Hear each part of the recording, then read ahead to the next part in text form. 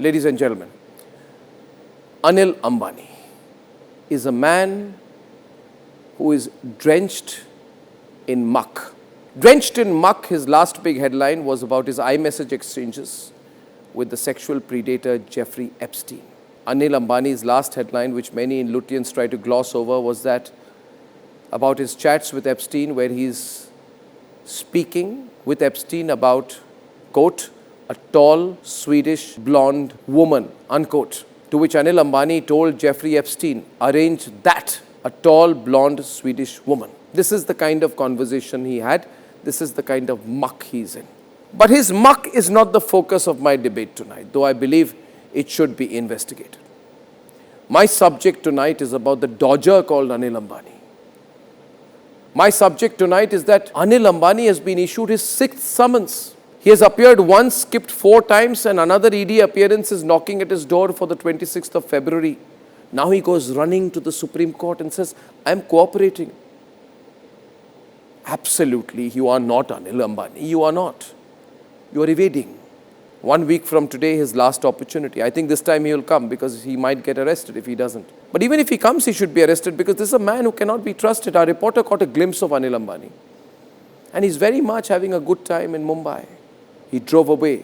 My focus is the fact that Anil Ambani is facing a very, very deep investigation in a 40,000 crore probe laundering case, and 40% of the funds were used for debt servicing of his group companies rather than for the intended purpose of house and finance, which means he took your money and filtered it here and there where he could make money, buy these kind of cars. And what we need to talk about, and which is my point tonight exactly, is that a large section of the funds were round-tripped. So he's a round-tripper also, where the money is routed back to Anil Ambani's company itself. So he's round-tripping money, taking money for one intent, round-tripping it another, then building mechanisms and then thinking that he's going to put out a version that he's too big to fail. Ladies and gentlemen, drenched in muck is not my issue. The fact that he's probably the mastermind of a major financial scam is the focus. And my focus tonight is on why Anil Ambani is not behind bars.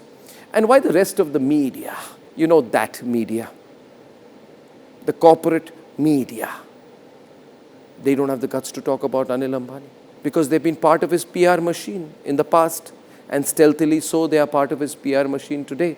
They don't have the courage to talk about the nature of a scam, ladies and gentlemen. And more frightfully, the pattern of our response is what is making me, and you should as well, very nervous, because Anil Ambani might be going to the court today and saying he's not a flight risk. But our agencies need to ask themselves if we can give any longer a long rope to people like Anil Ambani, who are allegedly scamsters as per their own probe. Malia, Choksi, Lalit Modis are merrymaking on the plush islands, while we wait in India and the Indian agencies are pinning their hopes on extradition treaties and elaborate red tape mechanisms of the West. Remember, we can't take that risk anymore with Anil Ambani. Anil Ambani gets a long rope, people will lose their faith in the system. And he's getting a long rope right now.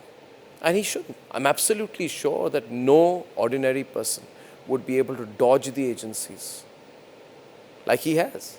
So tonight I have just 4 questions. What is the trepidation to arrest Anil Ambani? When the FIR was arrested in this case, was registered in this case in October 25 by the CBI, and the FIR named Anil Ambani, why are we sitting till February 26 still issuing summons to him? What is the trepidation to arrest, and why is he getting a long date of 26th? Why not say, come tomorrow?